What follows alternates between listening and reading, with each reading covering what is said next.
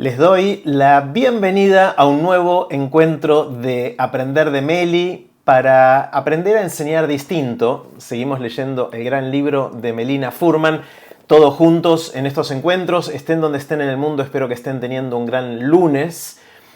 Hoy yo ya perdí la cuenta, ya no les voy a decir el número de encuentro en el que estamos, así que vamos a seguir con esto. Y como saben, no es necesario haber participado de todos los encuentros anteriores, pero si quieren ver todo lo que hicimos en los encuentros anteriores, están todos los videos en el canal de YouTube de Aprender de Meli Furman. Ahí pueden encontrarlos, abiertos, liberados, gratuitos, para ver todas las veces que quieran y compartir, para así poder hacer que el legado de Meli siga circulando y siga creciendo. Hoy vamos a continuar con el capítulo 5, que empezamos la vez pasada del libro de Meli, pero antes de eso quiero hacer una de mis cosas melinescas favoritas, que es un pequeño ticket de entrada. Quiero hacerles una pregunta, dejarlos reflexionar unos segundos y que compartan en el chat su respuesta. También anótenlo en su cuaderno. Está bueno tener la práctica de mantener anotadas las anotaciones en sus cuadernos para poder recurrir a ellas en el futuro y no solo ponerlas en el chat, porque esas probablemente no las encuentren. La pregunta para el ticket de entrada hoy es: a la hora de enseñar, contanos algo que te funcione especialmente bien. En realidad contátelo a vos mismo, ¿no? Como ticket de entrada, pensá algo que a la hora de enseñar a vos te funcione especialmente bien.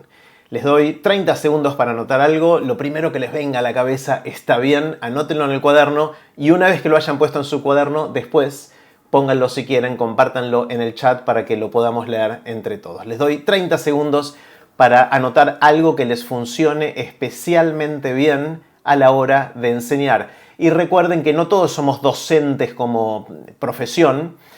Algunos enseñamos en contextos más informales, en nuestra familia, en la empresa, en el club, con los amigos. Y algunos tienen o tenemos la suerte de también dar clase. Así que 30 segundos para esto y seguimos. Bueno, ahí empiezan a llegar sus respuestas, hay unas cuantas, así que vamos a leer rápido. El humor. Parece que el humor es algo que atraviesa mucho y que cuando sale bien, funciona muy bien y ayuda mucho a la hora de enseñar, según lo que cuentan ustedes en su ticket de entrada. Compartir historias, eso siempre ayuda un montón. Jugar, el juego. Empezar haciendo directo, dice Juan Carlos. Manos a la obra, me encanta. Hacerlos partícipe de la actividad, supongo que a la gente a la que le estamos enseñando, sean chicos, sean grandes. Escuchar. Genial, gracias Leonor. Registrar los aportes de los estudiantes, gracias Juan, me encanta. Comenzar con algo que les interese y motive a los aprendices, dice Morel. Bueno, hoy vamos a explorar algunas cosas que quizás retroalimenten esta lista de cosas que nos ayudan a enseñar, porque el capítulo 5, el que empezamos a leer en nuestro encuentro anterior, que se llama Planificar el camino hacia el aprendizaje profundo, sigue, y es lo que vamos a ver hoy, con la descripción de distintos momentos en la enseñanza que está bueno distinguir.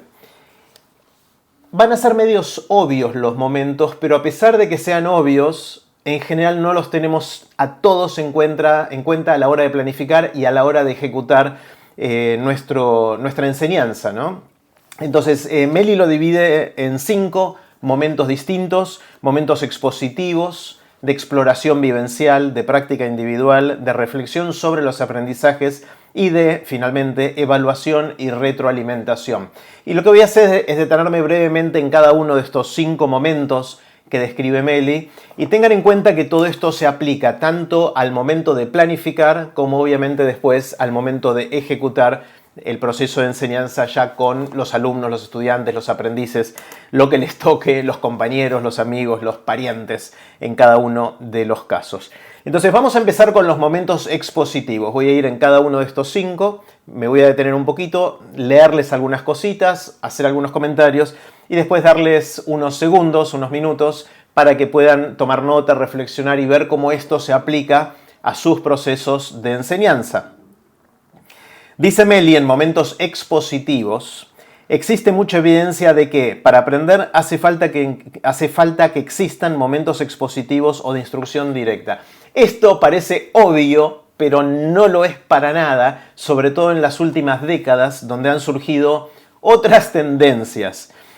Dice así: los momentos, un poquito más adelante, estoy en la página 115 de la versión impresa del libro. Los momentos expositivos, escuchen lo que dice Meli, suelen tener mala reputación cuando hablamos de una educación innovadora, posiblemente porque, como mencionábamos, suelen estar sobre representados en el tiempo de enseñanza. Es verdad que si solo tenemos momentos expositivos, hay algo que falta, porque hay 4 momentos más que ahora vamos a ver, que también tienen que estar en un buen mix, en un buen balance, ¿no? Y sigue diciendo, pero las investigaciones nos muestran que son indispensables para que el aprendizaje suceda y que se trata de momentos valorados por los estudiantes. Enfatizo esto porque muchas veces, dice Meli, ¿no?, en pos de dar protagonismo a los estudiantes, nos sucede que como docentes desaparecemos de la escena. En un momento se puso de moda decir que lo hagan los estudiantes, ellos solo pueden, etcétera, etcétera, pero eso, como vamos a ver, tiene unos cuantos problemitas. Si bien esta mirada parte de una lógica bien intencionada y un desencanto con las formas de enseñanza más tradicionales, las investigaciones muestran con contundencia que las pedagogías más espontaneístas, en las que el docente se corre por completo del centro de la escena, no funcionan para la mayoría de los estudiantes que necesitan de un docente intencional, que organice, desafíe, modelice, repregunte y ayude a organizar las ideas. Hay una de las cosas que siempre hace Meli, siempre hizo Meli, siempre hacía Meli, ya no sé cómo conjugar los verbos, y es tratar de basarse en evidencia científica para hacer aseveraciones sobre algo tan complejo como la educación, como la enseñanza, como el aprendizaje, ¿no? En este caso hubo momentos en los cuales se puso de moda decir que los docentes se corran y dejemos que los alumnos hagan, que van a aprender solos, ellos se la van a arreglar, y la verdad es que no, que la inmensa mayoría de los casos eso no funciona, o con la inmensa mayoría de los chicos, de las chicas, eso no funciona si el docente desaparece. Hay un rol muy crítico que juega el docente y que hay muchos estudios que muestran eso de una manera súper contundente. Una buena exposición requiere que los docentes puedan organizar la información presentada de modo que favorezca un encuentro entre la lógica del contenido disciplinar que se ha de enseñar y, esto es importantísimo, los conocimientos previos de los alumnos. Esto es algo en el cual los docentes juegan un rol clave y sea quizás bastante difícil que sean reemplazados por algún tipo de inteligencia artificial o robots en el corto plazo, porque son los que saben de dónde vienen los chicos y cuál es el camino que están recorriendo, cuál es el andamiaje que ya tienen sobre el cual podemos construir los próximos niveles de conocimiento. Son los docentes los que en ese recorrido, en ese momento expositivo, tienen que ayudar a los chicos a conectar ese conocimiento nuevo que están compartiendo con lo que los chicos ya saben. Después termina esta parte diciendo, también sabemos que cuando esa exposición es dialogada con los alumnos, haciéndolos pensar y conectar con las ideas que se van exponiendo, resulta más efectiva. Por ejemplo, cuando los docentes les piden que expliquen con sus palabras lo que van entendiendo o le proponen preguntas que requieren que lo relacionen con lo que están escuchando de otros temas o sus propias experiencias, etcétera, etcétera. O sea, es un momento en el cual los docentes exponen y ayudan a que los alumnos, los chicos, las chicas, los estudiantes conecten con su conocimiento previo, que es algo que venimos mencionando en capítulos pasados. Meli cierra este capítulo de momentos expositivos con una reflexión sobre el aula invertida. El aula invertida es un concepto que se puso de moda en los últimos 10, 15 años, diría, que tiene que ver con reconocer que mucho del contenido que vamos a comunicar en la clase está disponible en Internet, ya sea en videos en YouTube, o en textos, o en otro tipo, o en resúmenes, o en infografías, o en otro tipo de formatos, y que muchas veces lo explican profes que inclusive son mejores que nosotros explicando eso. Mejores para algunos chicos, peores para otros, porque también depende mucho de quién es el que está del otro lado escuchando. Entonces la idea del aula invertida era decir, ¿por qué no usar? Esto ahora se los digo con mis palabras, Meli lo describe acá en el capítulo. ¿Por qué no usar esos videos para que los chicos tengan contacto o un primer contacto con ese contenido, con ese saber hacer o con ese conocimiento que queremos que adquieran en sus casas, viendo esos videos, y que después usemos el tiempo compartido en el aula o en el ambiente educativo en el que estemos para que sea un poquito más interactivo y poder aprovechar en un ida y vuelta y no sea solamente expositivo el tiempo que tenemos, ¿no? Y de hecho yo me quedé pensando, y Meli lo menciona acá, que eso ya está sucediendo. Hay muchos chicos, y lo digo por experiencia cercana de mis propios hijos a lo largo de su educación y de otra gente que conozco, que quizás un día tuvieron que faltar porque estaban enfermos, porque no podían ir o lo que fuera al colegio, y en vez de pedir notas, que era lo que hubiésemos hecho nosotros en la secundaria, pedirle a nuestro compañero que nos deje copiar sus anotaciones del cuaderno, de la carpeta, lo que hacen es googlean o van a YouTube y buscan a alguien que haya dado ese mismo contenido y lo ven quizás en 2X inclusive, y de esa manera pueden ponerse al día. Ese es un caso de aula invertida, porque de alguna manera los alumnos lo están viendo en el video en sus casas, dicho por otro profesor. No hace falta que sea otro profesor, puede ser aula invertida del propio profe que da la clase, ¿no? Acá dice, hace un tiempo el director de una escuela secundaria me contaba que hicieron una consulta a los alumnos acerca de cuáles eran las fuentes que consultaban para estudiar. Y dice, la respuesta fue casi unánime. Los estudiantes aprovechaban los videos explicativos que encontraban en internet para entender los temas que estudiaban en clase. Y veámoslo, queridos amigos, nosotros también. Cuando se nos rompe algo en casa y tenemos que arreglarlo, cuando queremos cocinar algo que nunca cocinamos, ¿qué hacemos? Vamos y buscamos el video. Muchos de nosotros. Quizás alguno todavía recurre al libro de recetas o le llama a un amigo que sabe mucho de cómo arreglar las cosas en la casa. Pero si van y ponen en YouTube cómo arreglar la lamparita o la canilla o la hornalla o lo que fuera, van a encontrar videos espectaculares de cómo hacer eso. Y así como nosotros lo encontramos para lo que nosotros necesitamos hacer, los chicos también lo encuentran fácilmente para lo suyo. Entonces, primeros momentos de los que nos quiere contar Meli son los momentos de expositivos, que es verdad que a veces están sobre representados, pero que también no nos vayamos al otro extremo de decir no son necesarios, porque sí son muy necesarios por todas las razones que les acabo de contar. Les voy a dar un minuto para que anoten cómo esto los puede impactar a ustedes. ¿Cómo están usando sus momentos expositivos? ¿Están conectando con lo que la gente que está aprendiendo con ustedes ya sabe? ¿Los están ayudando a conectar ese conocimiento nuevo con el conocimiento previo? ¿Están explicando las cosas bien? ¿Aprovechan otros contenidos que pueda haber dando vuelta por ahí? ¿Usan el aula invertida cuando deciden usarla o cuando les parece que es una buena idea? 30 segundos para que anoten ideas de esto en su cuaderno sobre cómo usar los momentos expositivos y si tienen oportunidad de mejora en su práctica educativa. Vamos con el segundo de los 5 momentos que menciona Meli, que describe Meli en este capítulo 5 que estamos leyendo juntos. Se llaman momentos de exploración vivencial. Y les voy a leer algunas partecitas. Recuerdan, y Meli lo menciona, que hablamos en otros capítulos sobre jugar el juego completo. Inclusive lo mencionamos en este mismo capítulo la vez pasada. La idea de nunca perder de vista la imagen grande, ¿no? The big picture, como dicen en inglés. No me salía cómo decirlo en español. De jugar el juego completo. Lo hablamos sobre el fútbol o el béisbol, lo dirían en Estados Unidos, de cómo, a pesar de que uno esté practicando a cosas muy específicas de cómo patear o cómo hacer la barrera o cómo hacer pases, siempre está bueno jugar el juego completo por más que sea simplificado, ¿no? Entonces, los momentos de exploración vivencial tienen que ver con eso, con poner el cuerpo, con que los chicos, las chicas pongan el cuerpo a la hora de aprender. Y da un montón de ejemplos, Meli, ahí con una serie de un punteo largo de ejemplos.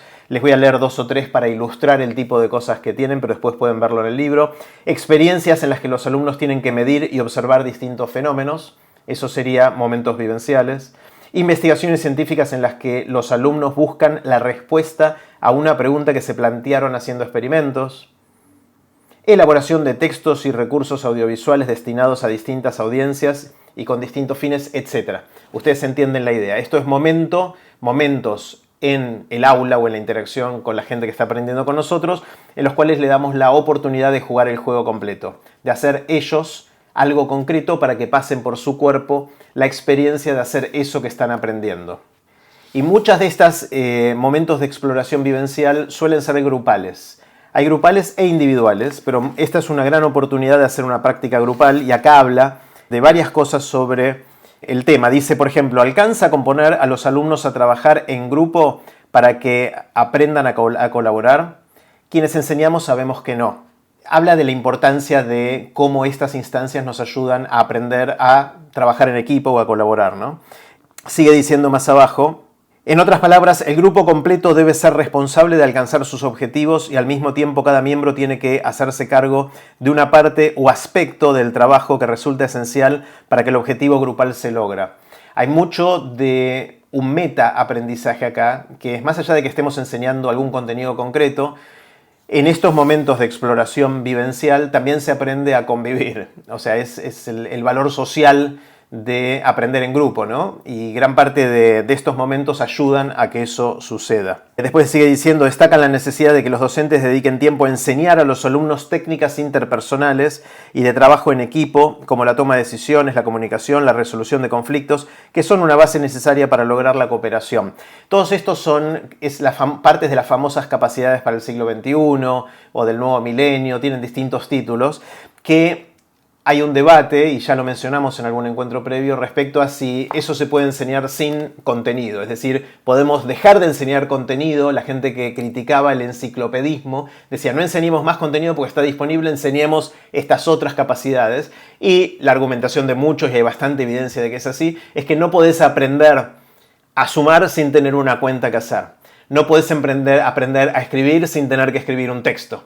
Es decir, que hay que tener un propósito concreto. No puedes aprender a colaborar si no tenés un problema que resolver en conjunto. Entonces hay que ponerle contenido a cada una de estas capacidades para que puedan desarrollarse. Y suele, en los momentos de exploración vivencial, suele ser un gran momento para hacer eso, ¿no?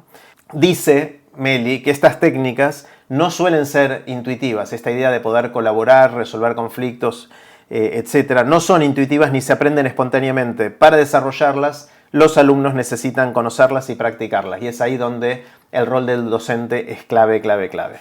Hay un apartado en el libro que habla sobre autonomía para resolver conflictos, que es un marco de referencia muy lindo y bastante útil, creo, y valioso para que los docentes puedan transmitir a sus alumnos a la hora de trabajar en equipo y resolver conflictos, porque siempre los van a tener. Y termina esta parte diciéndome, y por último, esto me encanta, en el aprendizaje cooperativo es fundamental que existan instancias de evaluación del trabajo grupal en las que los miembros del grupo analicen si están alcanzando sus metas y trabajando de una manera eficaz entre ellos, revisando sus estrategias grupales si hiciera falta. ¿Qué es esto? Esto para mí no es ni más ni menos que metacognición grupal. Hasta ahora venimos hablando de la metacognición como un ejercicio individual, ¿no? Como cada uno de nosotros es consciente de su proceso de aprendizaje, cómo presta atención a su propia cognición. Esto que dice Meli es que los momentos vivenciales, sobre todo en grupos, son un momento espectacular para que los chicos o los que estén aprendiendo en grupo, en conjunto, puedan tener momentos también de parar la pelota al final y decir ¿qué nos pasó recién? ¿Funcionamos bien? ¿Funcionamos mal? ¿Qué podemos mejorar? Y poder hacer metacognición grupal. Y habla después en otro apartado sobre ideas de cómo mejorar todo esto. Habla de generar ocasiones de colaboración sencillas y de corta duración, cambiar la disposición del aula para favorecer la colaboración, proponer objetivos o consignas que requieran la colaboración de todos los miembros del grupo y definir roles distintos para distintos miembros del grupo, como algunas ideas, etc. Bueno, hasta acá la segunda idea. La segunda idea es entonces pensar al momento de planificar y de ejecutar nuestros procesos de enseñanza en los momentos de exploración vivencial para que los chicos pasen por el cuerpo lo que están aprendiendo, tanto de manera individual como de manera colectiva. Les voy a dar de nuevo 30 segundos para que anoten en su cuaderno cualquier reflexión de cómo ustedes pueden mejorar la incorporación de los momentos de exploración vivencial en sus clases cuando están enseñando. Recuerden que no se trata solamente de exponer el contenido, sino también de generar este tipo de momentos en un buen balance entre los 5 momentos que vamos a ver para lograr mejor aprendizaje profundo de la gente que está aprendiendo. 30 segundos y seguimos. Yo les doy estos tiempos, les quiero aclarar algo, tipo hacemos metacognición de nuestro propio proceso de recorrer estos encuentros. Estos momentos para que anoten en su cuaderno tiene que ver con esto que dice Meli, ¿no? Dejar que ustedes procesen lo que acabamos de conversar o que acaban de escuchar en este caso y anoten algo, porque en general los seres humanos somos buenos pensando cosas en el momento, en tiempo real, mientras volamos, pero no somos tan buenos después recordando eso. Así que está bueno cuando les pasan cosas por la cabeza tener el instante para decantarlas, para anotarlas, y después poder volver a sus notas para no perder esas ideas que les van surgiendo a medida que avanzamos. Pero acá les doy poquito tiempo, les doy 30 segundos, un minuto, anoten 2 o 3 palabritas y después la recomendación es que si quieren profundizar en esto y quieren que su aprendizaje sea profundo de leer la Meli, le dediquen un poquito más de tiempo entre nuestros encuentros a revisar sus notas y seguir poblándolas con ideas. Vamos al tercer momento, a los terceros momentos de esto. Meli lo llama momentos de práctica individual. Mientras que los momentos vivenciales anteriores estaban más enfocados en la práctica grupal, ahora el tercer momento se llama de práctica individual y empieza diciendo: cualquier experto sabe que para lograr un buen desempeño en cualquier cosa hay que practicar. Esto de nuevo puede ser obvio, pero no es tan obvio. Porque, dice más abajo, estos momentos de práctica también suelen parecer contradictorios con la idea de una educación innovadora por el falso dilema que existe entre realizar algo muchas veces y aprender a crear. En general, cuando uno tiene que practicar algo, hay mucha repetición. Hay que repetir algo, sobre todo en el aprendizaje procedural, cuando tenemos que aprender a hacer algo, ¿sí? Hay que practicar, practicar, practicar hasta que nos sale. Y eso, la gente que dice no hay que potenciar la creatividad, no sirve repetir, es una falsa dicotomía. Porque para poder crear tenemos que tener capacidades y esas capacidades, sobre todo cuando es aprendizaje procedural, hay que repetir para poder incorporar ese conocimiento.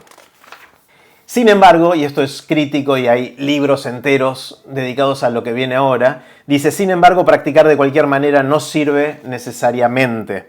Es más, según algunas investigaciones, practicar algo en lo que tenemos errores sin corregirlos puede ser contraproducente, porque vas solidificando una mala manera de hacer las cosas, ¿no? Y después es difícil de desaprender eso. Una vez que lo practicaste tanto y ya lo tenés automatizado, si lo practicaste erróneamente, vas a aprender a haberlo hecho mal. Y después es difícil de aprenderlo bien, porque ya lo haces de la otra manera, ¿no?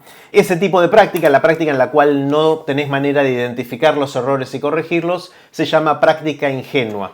Es esa gente que aprende a tocar una canción en el piano y dice: no, yo practico todos los días y lo único que hace es sentarse y tocar la misma canción igual, sin ningún tipo de feedback, sin ningún tipo de retroalimentación de otras personas o de un software o de lo que sea que le permita decir estás haciéndolo bien o no, que tenés que corregir. Alguien va a pensar que lo está practicando y se va a dar cuenta que no va a progresar, va a tocarlo siempre igual, con suerte, y probablemente mal. Y va a estar solidificando eso en la práctica ingenua. Y sigue diciendo el investigador sueco Anders Ericsson, otro de los ídolos de Meli, que lo menciona muchísimo, propuso un concepto fundamental para pensar cómo lograr que la práctica sea efectiva y lo llamó la práctica deliberada. Consiste en una práctica enfocada en los aspectos específicos del contenido o el proceso que por algún motivo nos resultan más difíciles y no logramos aún. Hay todo un montón de teoría y un montón, creo que más adelante en el libro después lo vuelve a mencionar, la práctica deliberada, como una manera de hacer un sistema que nos permite identificar qué partes estamos haciendo mal, las tenemos que hacer distintos, para lo cual el ojo del maestro, en el sentido amplio de la palabra, puede ser un ser humano, puede ser algo que lo ayude, puede ser un compañero, alguien que sepa, un personal trainer, lo que fuera en cada caso, puede ser es un rol crítico para que esto funcione. Sigue diciendo: la retroalimentación de los docentes, aunque también puede ser de los pares, es un elemento central en la práctica deliberada porque la mayoría de las personas nos beneficiamos cuando alguien nos ayuda a ver qué necesitamos mejorar y nos muestra o da pistas sobre cómo podemos hacerlo distinto. Es decir, hay que planificar momentos de práctica individual, ya sea en la escuela, si están en un contexto escolar formal, o en la casa, o donde sea. Pero es importante que eso esté. No alcanza con que yo les diga a los alumnos así se hace, que lo hayan hecho una vez y listo. Así no lo van a aprender. Para aprender a hacer hay que hacer muchas veces. Entonces hay que planificar ese proceso, ojalá con el círculo de retroalimentación de la práctica deliberada, para que los chicos, las chicas lo puedan aprender. 30 segundos para que anoten si están incluyendo suficiente práctica individual, momentos de práctica individual en su planificación educativa. Vamos con el cuarto momento que menciona Meli a la hora de planificar el camino hacia el aprendizaje profundo. Estos se llaman momentos de reflexión sobre los aprendizajes. Y sí, acá llega bien explícitamente la metacognición. Dice Meli, ¿hay algo más que tenga que tener una buena secuencia además de instancias de instrucción directa, exploración grupal y práctica deliberada individual? La respuesta es un sí rotundo, obviamente. Para generar aprendizaje profundo es indispensable que incluyamos momentos, muchos, si es posible, de reflexión sobre los aprendizajes. La metacognición, o capacidad de pensar sobre el propio pensamiento, es una de las grandes cualidades que logran desarrollar los expertos en cualquier disciplina o actividad y en general la gente que sabe aprender durante toda la vida. Podemos traducirla como la habilidad de monitorear el proceso de aprendizaje, preparando el terreno antes, analizando cómo vamos durante y reflexionando sobre el qué aprendimos, cómo lo aprendimos y sobre qué tenemos aún dudas, qué nos falta aprender. Más abajo, estoy en la página 125, dice, muchas de las escuelas más innovadoras del mundo utilizan estrategias para generar en los chicos este hábito de introspección y monitoreo mental, usando bitácoras en distintos formatos e incluyendo en la agenda semanal diferentes espacios para la metacognición, incluso actividades sencillas como las tarjetas de salida, que usamos de manera casi compulsiva y obsesiva en estos encuentros, en las que los alumnos ponen en palabras lo que aprendieron al final de una clase y pueden potenciar mucho el aprendizaje. Y es lo mismo que estamos haciendo ahora en los minutos que les voy dando entre momento y momento para que ustedes anoten, ¿no? O sea, yo soy aprendiz de Meli y estoy tratando de aplicar algunos de los conceptos que Meli nos trae acá a la hora de pensar cómo organizar estos encuentros. Entonces, la idea de planificar estos momentos es no menor. No hace falta tanto tiempo, quizás son 5 minutos, son 3 minutos al final de cada encuentro, con un ticket de salida, con ¿y qué aprendimos hoy? ¿Qué nos costó más? ¿Qué nos costó menos? ¿En qué estoy avanzando y en qué no? ¿En qué necesito ayuda? Todas esas son preguntas que nos ayudan muchísimo, que no requieren mucho tiempo y que solemos olvidar. Muchos docentes no las ponemos en la planificación o decimos, no la anoto porque me voy a acordar y después no me acuerdo, pero está bueno ponerlo en la planificación, está bueno hacerlo, porque desde el punto de vista de retorno sobre la inversión del tiempo, es algo que vale la pena hacer mucho. Vale la pena 3 minutos de esto al final que 3 minutos de explicación de un nuevo contenido o de algo nuevo. Si no, todo lo anterior que hicimos durante el encuentro tiene riesgo de caer en la nada. Así que este es cortito, le voy a dar ahora de nuevo 30 segundos para que anoten momentos de reflexión sobre los aprendizajes que puedan incluir en su planificación. Esta es el cuarto de 5 momentos que estamos describiendo el día de hoy. Quinto y último momento que nos propone Meli que tengamos en cuenta a la hora de planificar el camino hacia el aprendizaje profundo, lo llama momentos de evaluación y retroalimentación. Obviamente la evaluación en muchos de los sistemas educativos por los que pasamos nosotros tiene mucho estigma, ¿no? Tiene una carga emocional fuerte. Nosotros no la pasamos bien, la mayoría de nosotros, al momento de ser evaluados. Los docentes tampoco suelen estar muy contentos con el proceso de tener que evaluar, de poner notas, de corregir. Aparte, corregir presupone que están mal, que hay un error, hay que corregir para poner la nota. Siempre el uso de las palabras es muy fuerte, ¿no? Y tienen como mucha carga cultural en todo esto, ¿no? Bueno, habla en esta sección de cómo también el proceso de evaluación ojalá no sea una sola evaluación al final del proceso, sino que sea constante, repetitiva a lo largo del tiempo y que ojalá pueda ser percibida como una herramienta que nos ayuda a todos en este proceso. Tanto a los docentes para saber qué tenemos que reforzar, qué tenemos que hacer distinto, si está funcionando o no, como para los que participan del proceso de aprendizaje para reconocer y entender su avance, su progreso.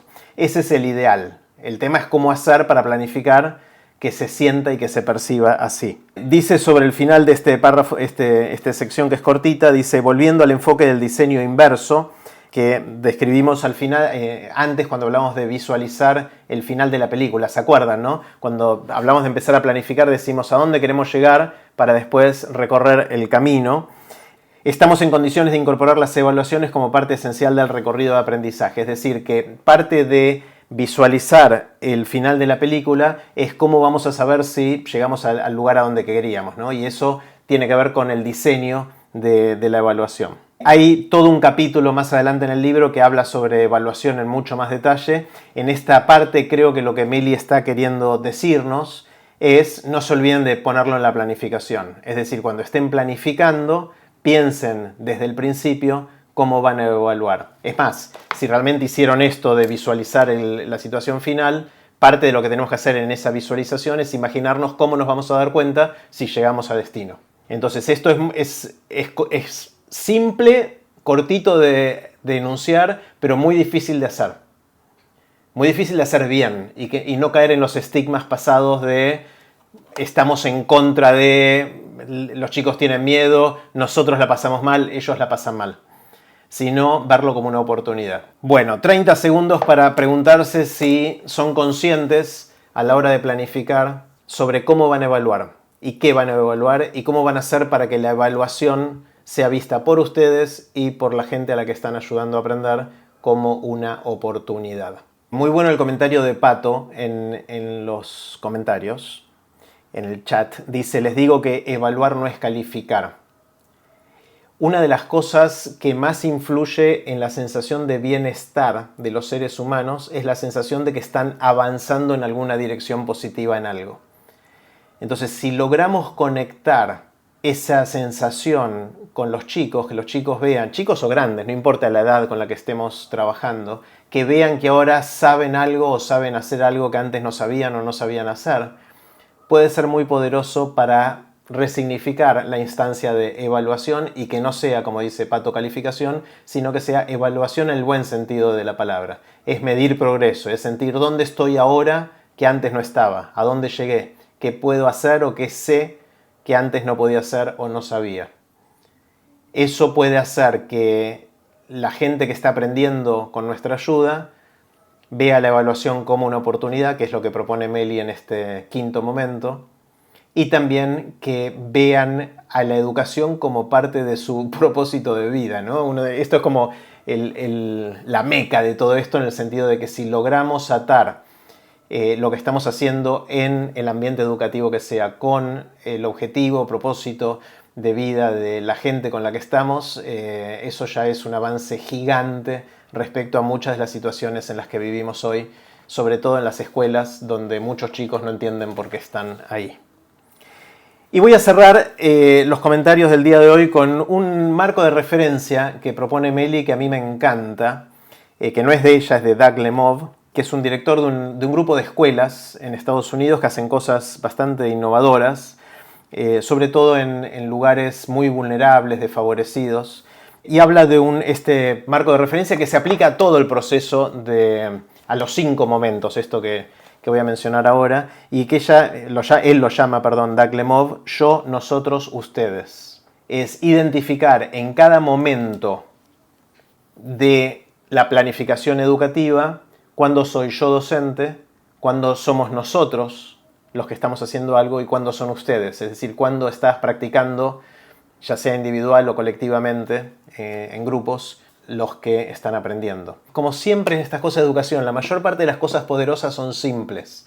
No por simple es poco efectivo, todo lo contrario. Cuanto más simple, si está bueno, mejor todavía cómo funciona. Y este es el caso de este marco de referencia, de identificar en una secuencia educativa, cuando planificamos, cuál es el momento de yo docente, cuál es el momento de nosotros, donde voy y vuelvo y trabajamos juntos, y cuál es el momento de ustedes, de manera individual o grupal, ¿no? Y da algunos ejemplos sobre cómo sumar fracciones, y entonces habla de un primer momento yo docente, que decimos cosas del estilo de, como mencionamos la clase pasada, el primer paso para sumar fracciones con distinto denominador es lograr que los denominadores sean iguales. Eso es la parte expositiva, ¿no? Donde el yo del docente es el que tiene el protagonismo. Pero después hay un par de instancias de nosotros en los cuales el docente, trabajando con alguno de los alumnos, trata de hacer algunos pasos de manera colaborativa y los van guiando, los van llevando de la mano para hacer eso.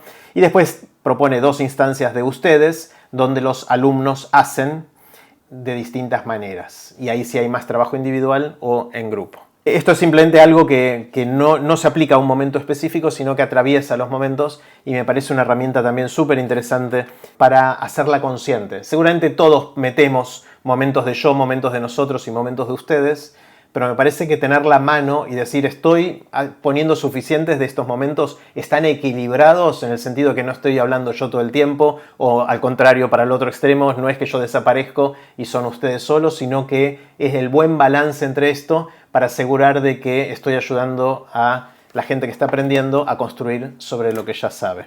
Hasta acá lo que leímos para hoy, estamos en la página 129 del libro.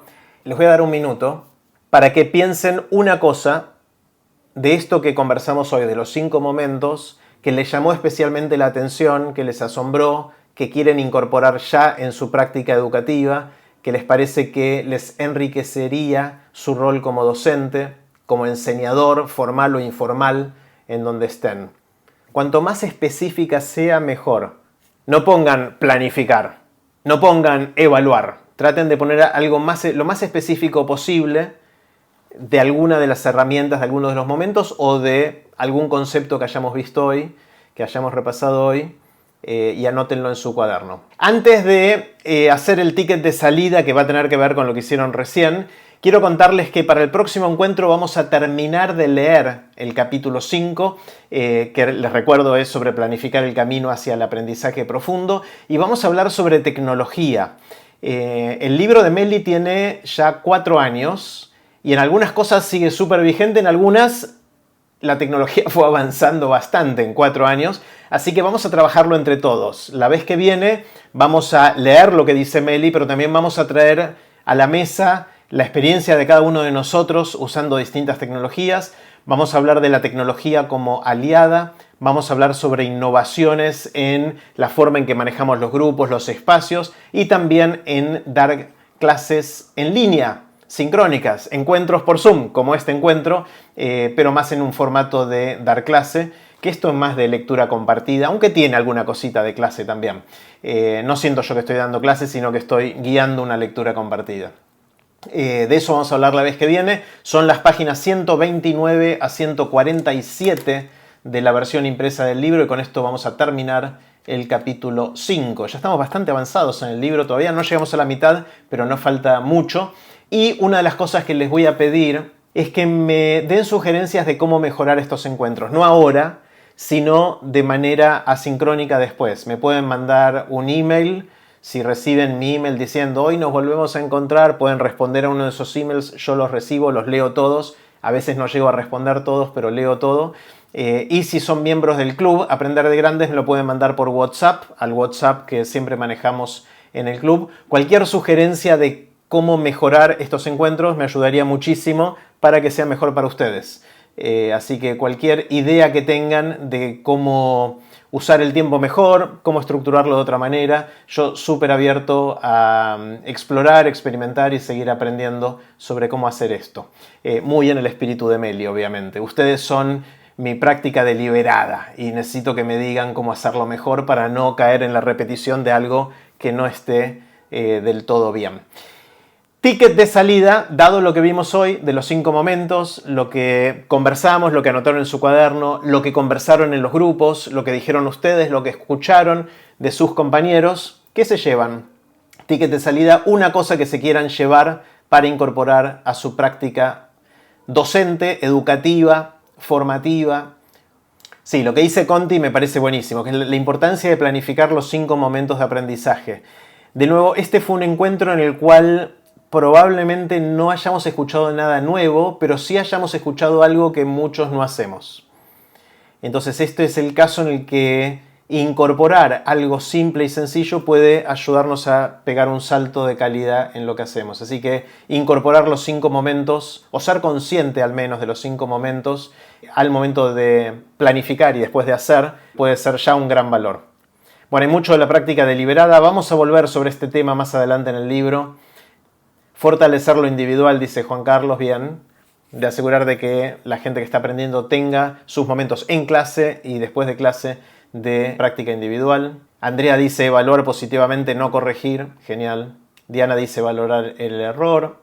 Hacer conscientes los momentos en el aprendizaje. Perfecto, Laura. De eso se trata. Practicar momentos de exploración vivencial, dice Alejandro.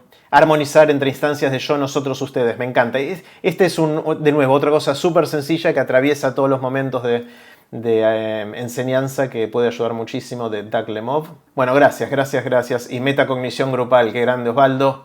Está buenísimo esto. A veces en los grupos no le dedicamos tiempo a decir, che, ¿qué tal nos fue? Nos complementamos, aprendimos, colaboramos, podríamos hacerlo mejor. Está buenísimo dedicarle tiempo a eso también. Y nos vemos la semana que viene en el mismo link de siempre, a la misma hora de siempre. Chau a todos y si quieren, como siempre, podemos desmutearnos para agradecerle a Meli. Gracias, Meli, y gracias a todos ustedes. Gracias, Meli. Gracias por invitarnos. Gracias al grupo. Gracias, Meli. Gracias, Jerry. Bueno, ayúdenme, nos vamos en 5. Nos vamos en 5, nos vamos en 4, nos vamos en 3, nos vamos... Lean durante la semana. Nos vamos en 2, nos vamos en 1. Chau a todos. Chau.